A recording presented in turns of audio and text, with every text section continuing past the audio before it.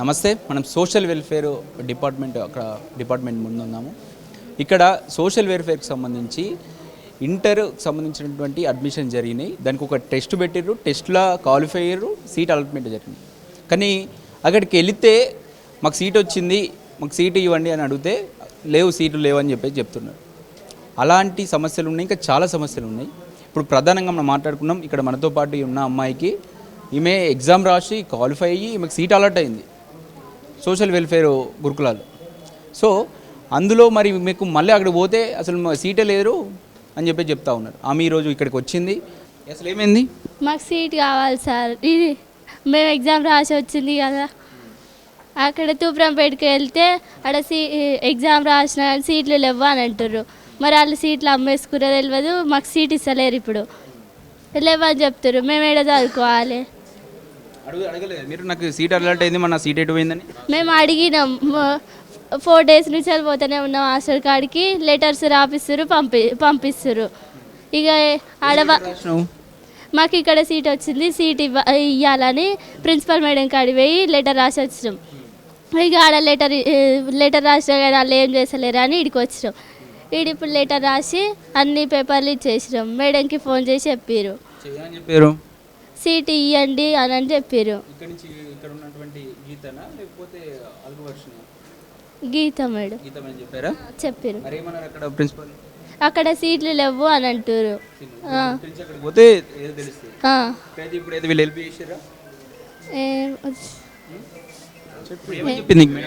Madam చెప్పారు, principal మేడంకి phone చేసి చెప్పారు సీట్ ఇస్తాము అని, సీట్ ఇవ్వాలి అని చెప్పారు. కానీ ఆ మేడం ఏం చెప్తలేదు. మళ్ళీ ఆడికి రమ్మంటారు. హాస్టల్ కాడికి పోయి మళ్ళీ లెటర్ ఇస్తే ఒకవేళ చూస్తా అని అంటారు, కానీ ఇస్తా అని మాత్రం అంటలేరు. చెప్పారు, ఫోన్ చేసి చెప్తే లెటర్ రాసి ఇప్పుడు రమ్మని. పి కవిత మేడం. హలో, నమస్తే మేడం. ఇక్కడ మేము సోషల్ వెల్ఫేర్ డిపార్ట్మెంట్ దగ్గర ఉన్నాం. డిపార్ట్మెంట్ దగ్గర ఉన్నాం. మనతోలి వెలుగు నుంచి మాట్లాడుతున్నాను నేను. నా పేరు అక్షిత్. మేడం, ఇక్కడ గీత మేడం మీకు కాల్ చేశారా? Joint secretary. ఆమె ఇంక్లూడ్ చేసుకోమన్నారు. మేము ఆల్రెడీ ఆ అమ్మాయి ఇంక్లూడ్ చేసుకున్నా సరే వాళ్ళు అలా వచ్చారు అక్కడికి. మేము ఆల్రెడీ ఇక్కడ పెట్టుకున్నాము. ఇప్పుడు ఇంక్లూడ్ చేసుకుని రేపు అక్కడికి సెక్రటరీ దగ్గరికి మీట్ అవ్వడానికి వస్తున్నాము ఆఫీస్ కి. ఓకే, కాదు మేడం. ఇప్పుడు మీకు సీట్ అక్కడ సీట్ ఉందా లేదా? ఇక్కడ ఇప్పుడు సీట్ అనేది ఇప్పుడు వచ్చింది కదా వాళ్ళకి మెసేజ్. అవునవును, మెసేజ్ వచ్చింది. దాని ప్రకారంగా మేము రాసుకుంటున్నాం. మా దగ్గర లేదంటున్నాం కానీ ఆమెకు సీట్ లేదని చెప్తలేము. మా స్కూల్లో లేదు, కాకపోతే ఆమెకు సీట్ అనేది ఎక్కడో ఒక దగ్గర ఉంటది. అది ఆమె అర్థం చేసుకుంటలేదు. ఎందుకంటే అలాట్మెంట్ ఇచ్చారు కదా వాళ్ళకి. ఓకే, అందుకని అలా చెప్తే వాళ్ళు అర్థం చేసుకోవడం లేదు. వాళ్ళు ఏదో సీటే లేదు అన్నట్టు ఫీల్ అవుతున్నారు. 10th వరకు కూడా మీ దగ్గర అయిందంట కదా? అవును సార్, చేసినా గానీ మరి మెరిట్ ఉన్నది. మెరిట్ ప్రకారంగా హయ్యర్ మార్క్స్ వచ్చిన వేరే స్కూల్ పిల్లలు ఉంటారు కదా, వేరే స్కూల్ పిల్లలకి అలాట్ అయ్యింది మా దగ్గర. అర్థమైందా సార్? అలా అయింది. వీళ్ళకి ఏమైందంటే వీళ్ళకి 450 వరకే అయ్యింది. 450 వరకు అయ్యింది. ఇప్పుడు మీ దగ్గర ఎన్ని సీట్లు ఉంటాయి? అన్ని ఫిల్అప్ చేసుకోవాలి కదా, మరి వీళ్ళకి ఎట్లా? హలో ఆగండి, మా దగ్గర వాళ్ళు ఎవ్వరు కూడా మూవ్ అవ్వడం లేదు. వాళ్ళు హ్యాపీగా ఫీల్ అవుతున్నారు మా దగ్గర ఉండడానికి. వాళ్ళు విల్లింగ్ లేరు పోవడానికి. అందువల్ల మాకు ఫస్ట్ ఫేజ్, సెకండ్ ఫేజ్ నిండిపోయారు. థర్డ్ ఫేజ్ వాళ్ళకి మా దగ్గర చోటు లేదు అన్నట్టు ఇవ్వడానికి సీట్. ఇప్పుడు వేరే కాలేజెస్ అంటే వాళ్ళు వెళ్ళిపోతున్నారంట కొంతమంది. సో అలా వేకెన్సీస్ వస్తున్నాయి. వాళ్ళ దగ్గర ఏమైనా ఇప్పుడు ఛాన్స్ ఉంటే మేము రిక్వెస్ట్ చేసుకుంటాం. వీళ్ళకి ఆల్రెడీ సీట్ అలాట్ అయింది కదా ఇప్పుడు, అందుకని మేము రిక్వెస్ట్ తీసుకొని వెళ్తాము. చేసి వాళ్ళకి అక్కడ వేరే దగ్గర ఎక్కడైనా ఉన్న దగ్గర వాళ్ళ పేరెంట్స్ అలాగే ఇచ్చారు నాకు రిక్వెస్ట్ లెటర్. ఎక్కడ ఉన్నా వెళ్తాం మేడం, మీకు స్కూల్లో కావాలి, ఏదన్నా ఒక స్కూల్లో సోషల్ వెల్ఫేర్ హాస్టల్లో కావాలి, ఎందుకంటే పిల్లలు హాస్టల్లో చదువుతున్నారు కదా అని అడుగుతున్నారు. సో ఆ విధంగానే మేము ప్రొసీడ్ అవుతున్నాం సార్. వాళ్ళ రిక్వెస్ట్లు తీసుకున్నా నేను అందరిది.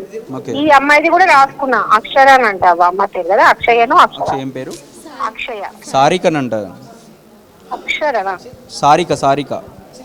సారిక రాలే కదా నా దగ్గరికి. ఆగండి, కీర్తి సారిక నా దగ్గరకు వచ్చి సారిక వచ్చింది అమ్మాయినా? కరెక్ట్ చెప్పండి ఏం పేరు రాసుకోవాలి కదా. ఏం పేరమ్మా కరెక్ట్? సారిక మేడం. లెటర్లు కూడా రాసిన మేడం నేను అక్కడ. లెటర్ రాసిచ్చిన వైరా రాసిన మేడం. రాస్తే ఉన్నది సారిక ఉందనా అక్కడ లిస్ట్ లో. మా విజయలక్ష్మి సారిక ఉందా చూడు పేరు ఉన్నదంట అండి. సారిక మీ ఉంది, పేరు? తర్వాత అక్షర ఉంది, కీర్తి. ఇంకా కీర్తి. ఎర్రమల్ల సారికనంట ఆమె. ఓకేనా? ఎర్రమల్ల సారిక ఉన్నది. వీళ్ళ పరిస్థితి ఏంది మేడం ఇప్పుడు ప్రస్తుతానికి? ఏ పరిస్థితి ఏం లేదు, వాళ్ళు ఎందుకు ఐరాణ పడుతుంది, ఎక్కడో ఒక దగ్గర ఇస్తారు. ఇప్పుడు మా పిల్లలు అన్నప్పుడు మేడం ఎవరైనా కానీ కేటాయించాలనే ఉంటది. మన కేటాయింపు జరిగింది, ఇప్పుడు ఆల్రెడీ సీట్ అనేది వచ్చింది కదా, దాన్ని ఏం చేస్తారంటే అడ్జస్ట్ చేస్తారు ఎక్కడన్నా. ఇప్పుడు ఈ స్కూల్లో already first phase second phase వాళ్ళు వచ్చి ఉన్నారు, ఎక్కడైనా వాళ్ళకి సీట్ అనేది ఉంటుంది తప్పకుండా. ఇప్పుడు వీళ్ళు ఏమంటారు అంటే మాకు అక్కడే కావాలని చెప్పేసి అంటా ఉన్నారు. అక్కడే కావాలంటే ఇప్పుడు అక్కడే కావాలంటే కష్టం కదా సార్. ఇప్పుడు సీట్లు ఉన్న దగ్గరనే కావాలంటే కాదు కదా, వాళ్ళు ఎట్లా చెప్తే అట్లా ఒబే చేయాలి. వాళ్ళు అలా అనకూడదు కదా. వాళ్ళు ఇప్పుడు మేము సీట్ డినై చేస్తలేం కదా, సీట్ ఇస్తాము కానీ అది ఎలా అంటే చూసి ఇస్తాము. ఇక్కడ వేకెన్సీ ఉంటే అక్కడ ఇస్తాము. ఇది రేపు లాస్ట్ డేట్ అని చెప్పారంట, అందుకే రేపే చేస్తున్నాం కదా. మరి రేపు లాస్ట్ డేట్ ఉంది కాబట్టి రేపటి వరకు మేము అక్కడ రీచ్ అవుతున్నాము. ఇప్పుడు రేపు చేస్తాము. రేపు డిక్లేర్ అయిపోతుంది ఎక్కడ వచ్చిందని చెప్పేసి. రేపు అయిపోతుంది. రేపు పోతున్నాం కదా, రేపు పొద్దున వెళ్ళిపోతున్నాం అక్కడికి. పొద్దున చేసి సాయంత్రం వరకు చెప్తాం వాళ్ళకి. ఎక్కడైనా ఓకేనా? ఎందుకంటే అవి అట్లా ఉండదు సార్. అట్లా వాళ్ళు అడిగితే చేయడానికి హైయెస్ట్ మార్కులు వచ్చిన వాళ్ళు ఉన్నారు.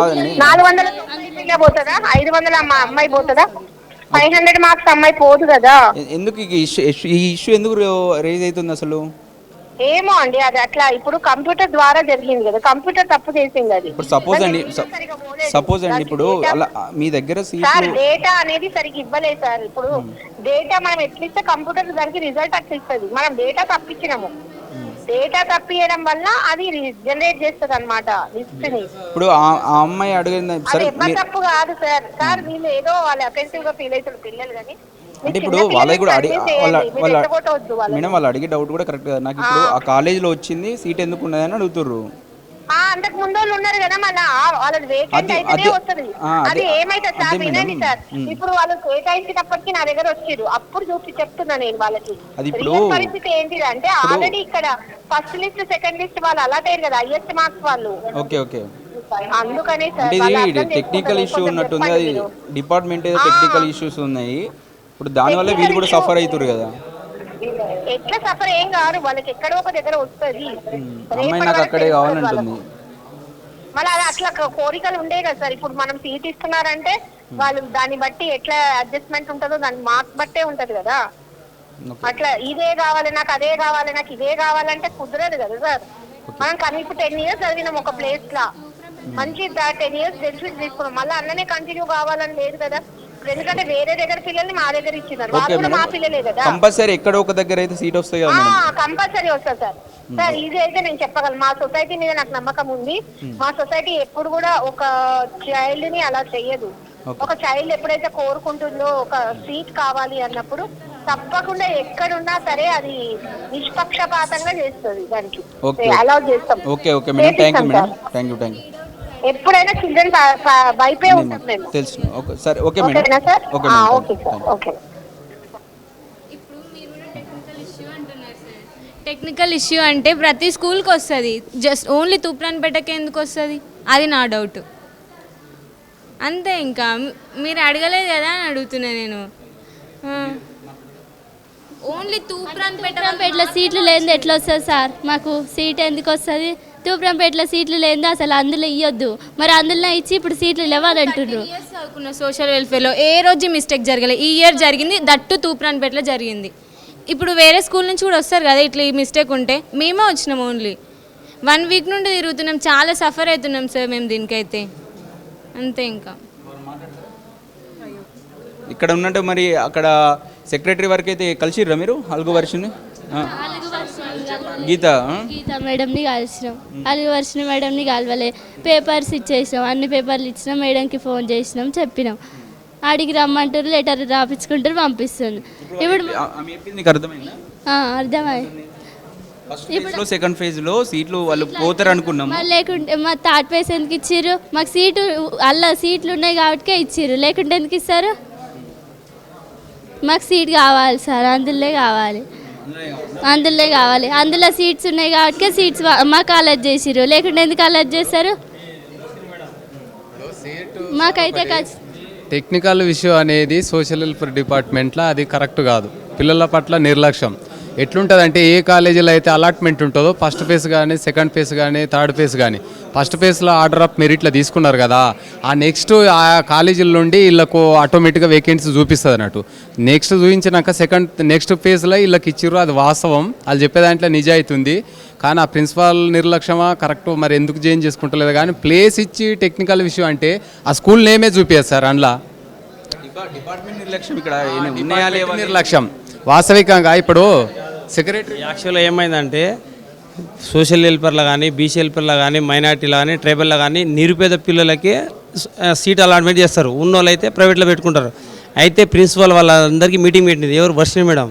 వీళ్ళకు ఎగ్జామ్ ఆన్లైన్ ఇచ్చినప్పుడు మొత్తం మేడం కేటగిరీల చేతిలో ఉన్నది. అయితే మేడం ఏంటంటే, మైనార్టీ వెళ్ళిపోయింది, బీసీ సోషల్లో ట్రైబల్ మొత్తం సీట్లు మొత్తం మేడం దగ్గర ఉన్నది. ప్రిన్సిపల్ వాళ్ళ కోటింగ్ ఇచ్చింది, మీరు ఎవరికైనా సీట్ అలాట్మెంట్ అయితే మీకు సస్పెండ్ అవుతుందని కాంప్లీట్ ఇచ్చింది. మేము ఆల్రౌండ్ ప్రిన్సిపల్ కాడ పోయి వచ్చి అన్నీ ఎంక్వైరీ చేసి మేము తిరుగుతుంది నెల రోజులైంది. మాకు సీటీ అంటే మేడం కళ్ళని ఇస్తలేరు. వస్తుంటే పోలీసులు అదే మేడం మీరు ఎందుకు ఆపుతారు, నిరుపేద పిల్లలకు సీట్లు ఇవ్వాలి కదా అని అడగనికపోతే మాకు మేడం సీటు కలవనిస్తలేరు, మాట్లాడిస్తలేరు. సీట్లు ఇస్తా అంటుంది, ఇస్తలేదు. ఇంకేం రోజులు పిల్లలు ఎందుకు ఆపుతుందంట? మొత్తం ఆమె దగ్గర ఉందన్న. అందరు ఇప్పుడు ట్రైబల్ ప్రెజర్ ఏమైనా ఉందా ఆమె పైన? ఏముందో మళ్ళీ అది తెలియదు. ట్రైబల్కు సెక్యూరిటీ సపరేట్ ఉంది, సోషల్కి సపరేట్, బీసీ ఏం దానికి ఉన్నాయి అన్ని కోటల కంటే ఈమె ఈ ట్రైబల్కు ఓన్లీ సోషల్ హెల్ప్కు ఆపుతుంది మేడం. ఎందుకు ఆపుతుందో చెప్పాలి. ఎందుకు ఇస్తలేదు? ఎన్ని రోజులు తిప్పుకుంటారు. అక్కడ పోయి అడిగితే ఇక్కడ పోమంటారు, ఇక్కడ పోతే ఇక్కడ కలవనియరు. పోలీసు వాళ్ళు వస్తారు, ఆపుకుంటారు, పంపిస్తారు. ఇది ఏంది అంటే రాజకీయం అట్లా నడుస్తుందా, లేకుంటే మన రాజకీయం లీడర్ చేస్తారా? సీట్లు ఏమి అమ్ముకుంటారా? అక్కడికి వెళ్తేనేమో ఇక్కడ పంపించారు, ఈడికి వెళ్తేనేమో మేడం మళ్ళీ ముంగలు రానియట్లేదు మాకు లోపలికి. మరి సీట్లు ఎవరి కోట వాళ్ళకి సకరంగా ఇస్తే అయిపోతుంది కదా. అలుగు వర్షిని వచ్చిన తర్వాత ఈ కన్ఫ్యూజన్ ఎందుకు వస్తుంది? ఏమో తెలియదు సార్, మరి ఏమైందో తెలియదు, ఏదో తెలియదు. చాలా మంది వచ్చారు పోయారు కానీ ఇన్ని సంవత్సరాల్లో ఎప్పుడు లేదు సార్.